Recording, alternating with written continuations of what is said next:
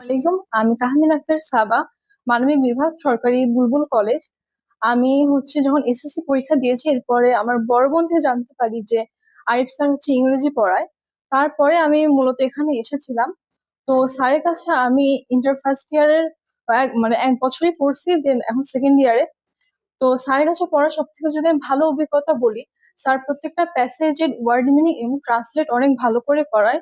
এবং সব থেকে যদি আমি ভালো অভিজ্ঞতা বলি, তাহলে স্যার প্রত্যেকটা প্যাসেজে মানে সুন্দর সুন্দর গল্প দিয়ে আমাদের বুঝিয়ে বলে, যেটা যে কোনো প্যাসেজ মনে রাখতে খুবই মানে সুবিধা হয় আমার জন্য।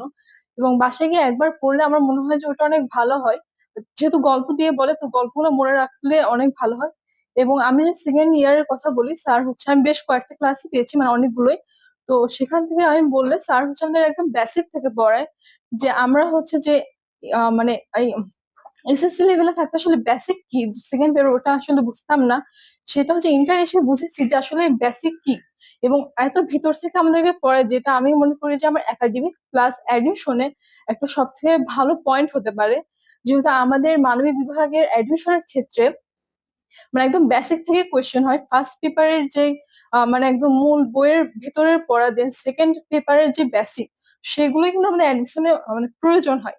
সেটার জন্য আমি মনে করি যে আরিফ স্যার এই দিকটা অনেক ভালো পড়ে, এবং অ্যাডমিশন একাডেমিক দুইটাতে আমার জন্য অনেক ভালো হবে। তোমরা যারা এইচএসসি 27 ব্যাচের আছো, আমি মনে করি তোমরা একবার হলো আরিফ স্যারের কাছে আসো, দেখো যে স্যার আসলেও কেমন পড়ায়, এরপরে তোমরা বিবেচনা করো। আসসালামু আলাইকুম।